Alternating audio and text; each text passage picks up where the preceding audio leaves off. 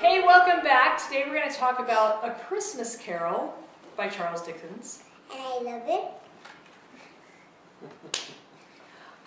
There's about, I don't know, 10 movie versions? At least. There's probably more than that. And there's probably musicals and plays and... There's Scrooge the musical and the Christmas Carol big the time. play. Like, I mean, this is kind of like the definitive Christmas book. And here's the thing. I'm sure you know the story. And I'm sure you've seen the play or one of the movies. I mean, there's even a Muppet Christmas Carol. And that's really good. Which we have basically, by the way, super good.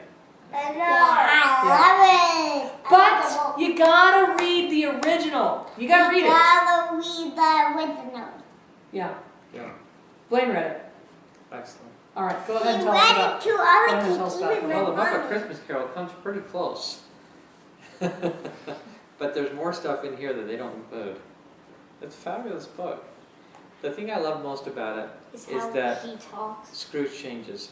He becomes a better man. And he even says that to the Ghost of Christmas Future. I'm not the man I was. I'm a different man. Yeah. Did?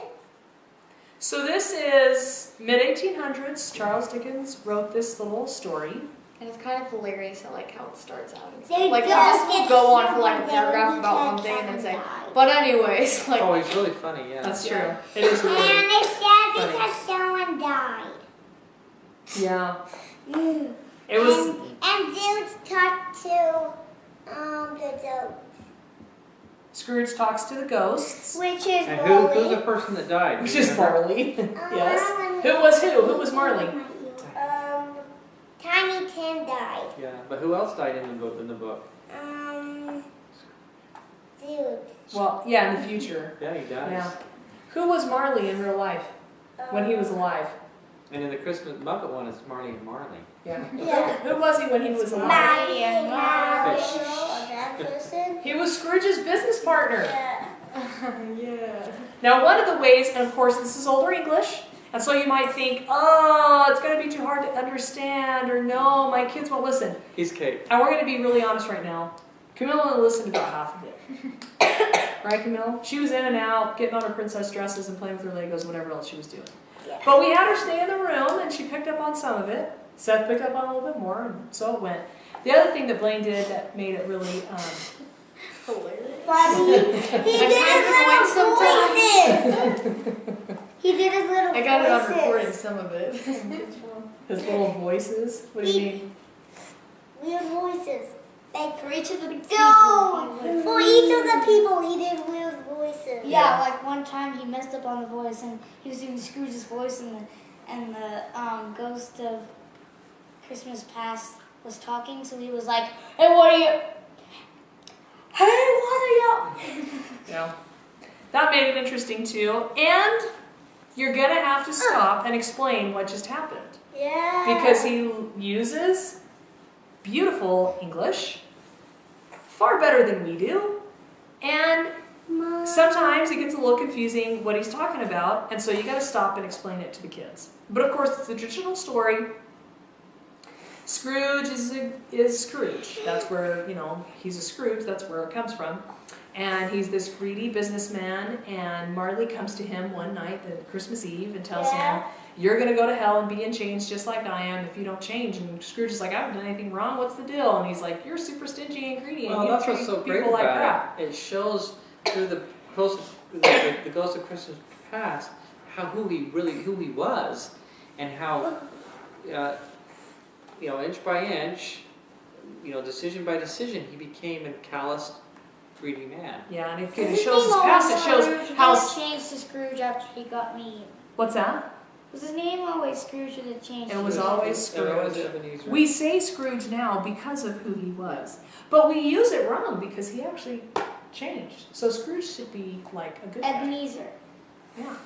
But did he when Molly was alive and he did bad stuff with Scrooge, did he have change in his spirit? When he had, Well, yeah, when he Kind did of, it in the yeah. beginning, remember he held the chains?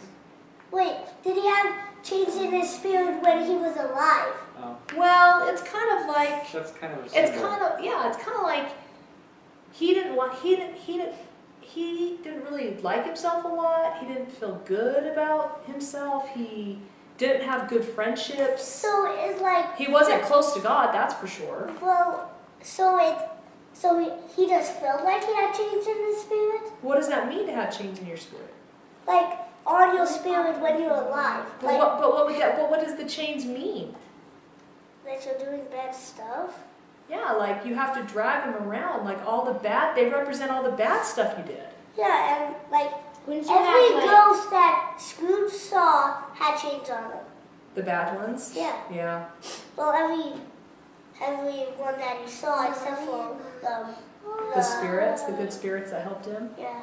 The other thing I liked about the book is how he had to, how you never know how much little things could impact other people. You don't know how much good you can do, and what little tiny thing you might do to help somebody out, how it could really change their life, Yeah. Yeah. or the opposite. Yeah. And when you go back into his past, you realize that there was a time when he really had a soft heart and he really was a good guy and he really did fall in love and he really did treat his fiancée well. And then over time, this desire to achieve and his ambition and his desire to have more overcame the good that was inside of him until he got to the point when people weren't really even real anymore.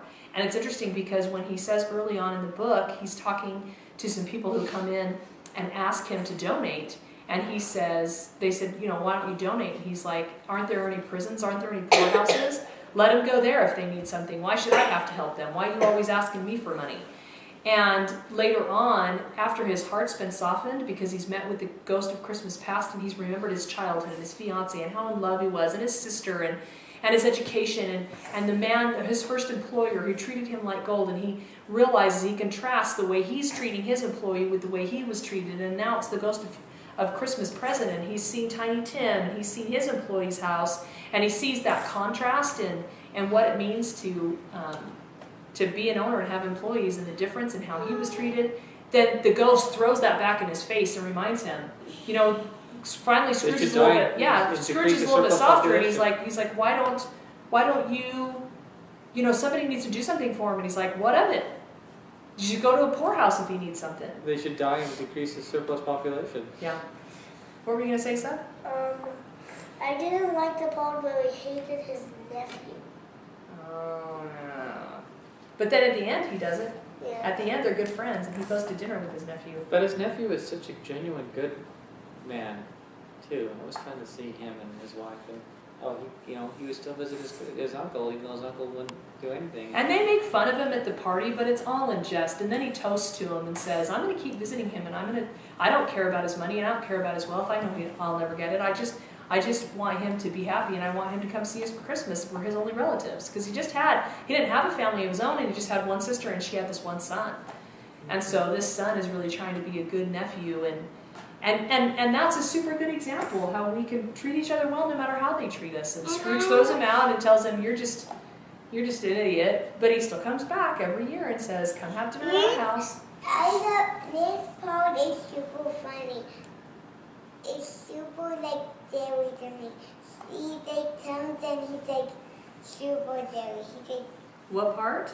the part where one of the adults come to. Oh, the ghost of Christmas future. Oh. When the ghost comes to him, the Christmas future ghost. Oh, I think she means Molly when he comes and he sits down. At the beginning? Yeah, and Oh, then yeah. and Scrooge is like, you can sit down because he's like really scared.